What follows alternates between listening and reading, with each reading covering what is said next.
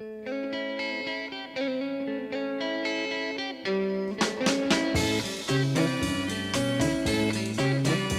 she's fashionably lean, and she's fashionably lame. She'll never break a scene, she'll never break a day. But she's no drag, just watch the way she walks. She's a 20th century fox. She's a 20th century fox. No tail, no face, no claws. Je descendre du train, attention à la marche. S'allumer un pétard comme une lame de rasoir. Toujours au bord des lèvres, les loups, je les arrache.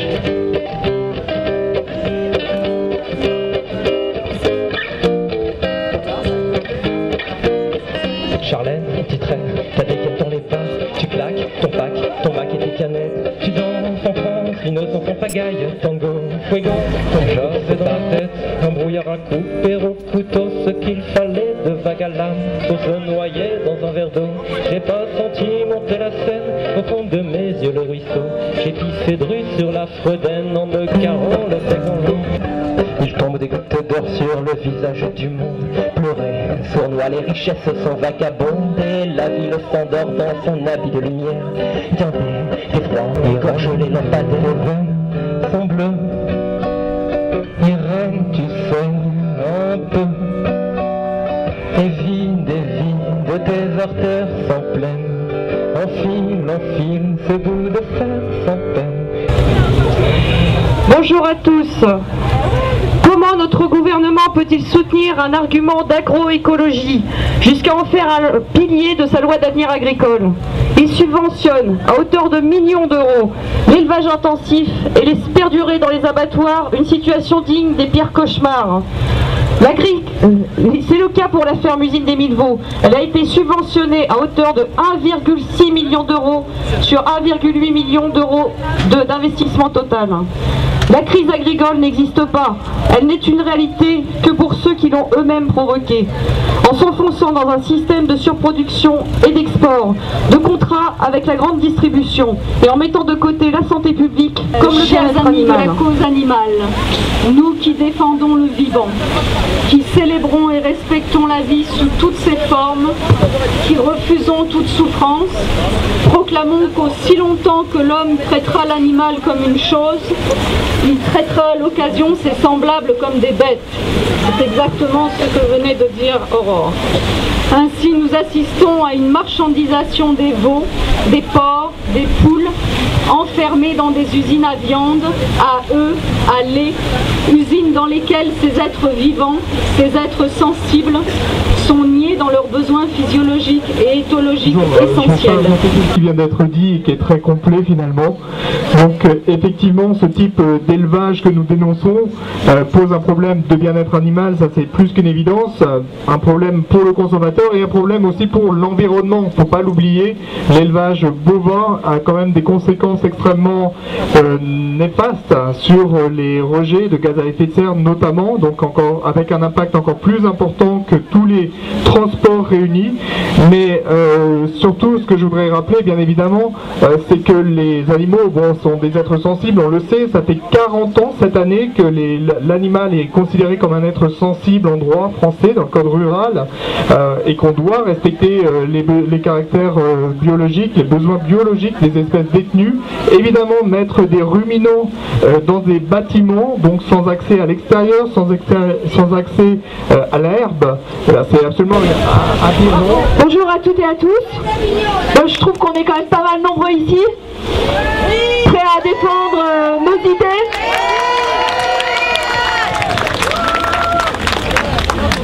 Moi je suis très contente qu'il y ait des personnes qui sont là pour s'opposer à un projet. On n'a pas tous les mêmes arguments, on n'est pas tous positionnés de la même façon, on n'a pas tous les mêmes pratiques alimentaires aujourd'hui. Nous, évidemment, on est nombreux ici à pousser pour que les gens abandonnent le fait de manger les animaux, de les élever, de les faire tuer.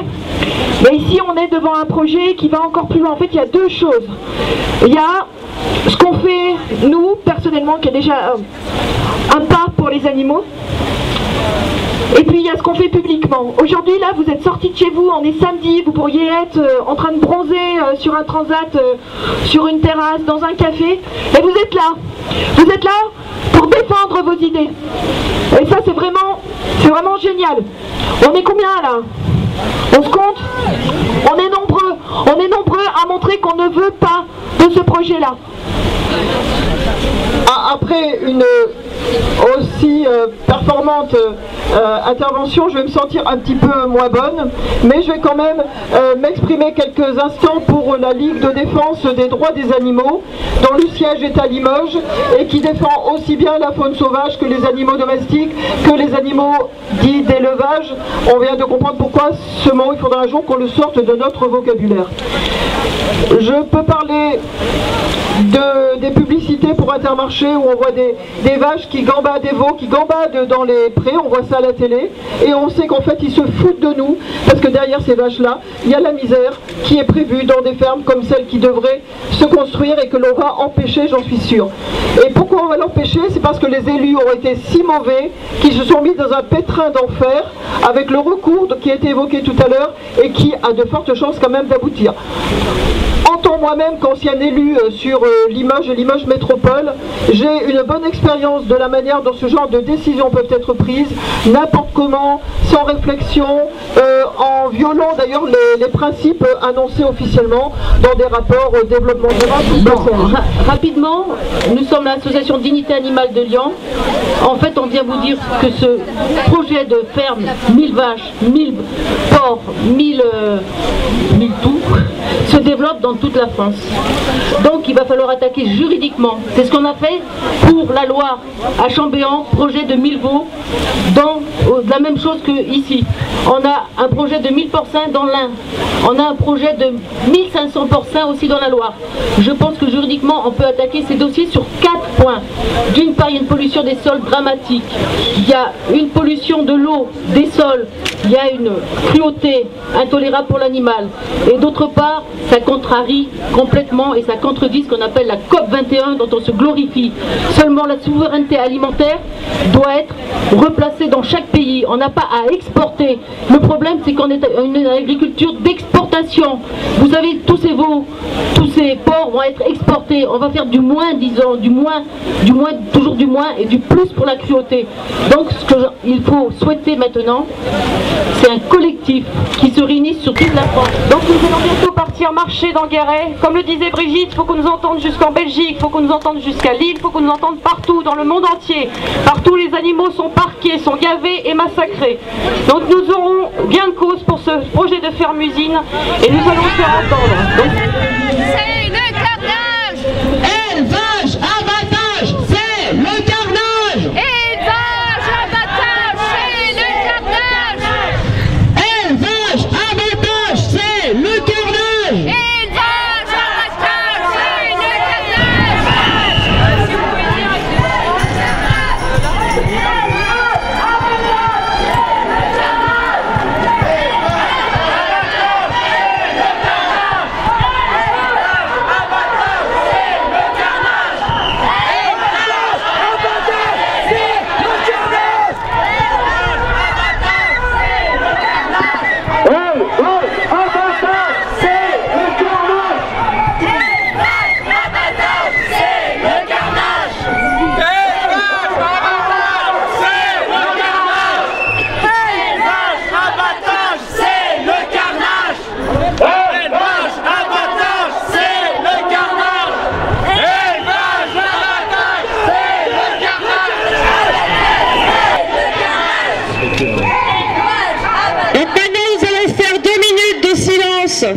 En l'honneur de tous les animaux qui sont parqués en France entière, mais aussi dans le monde entier, dans des élevages intensifs, qui sont massacrés à l'heure où on parle dans les abattoirs. 2 minutes pour leur laisser la parole.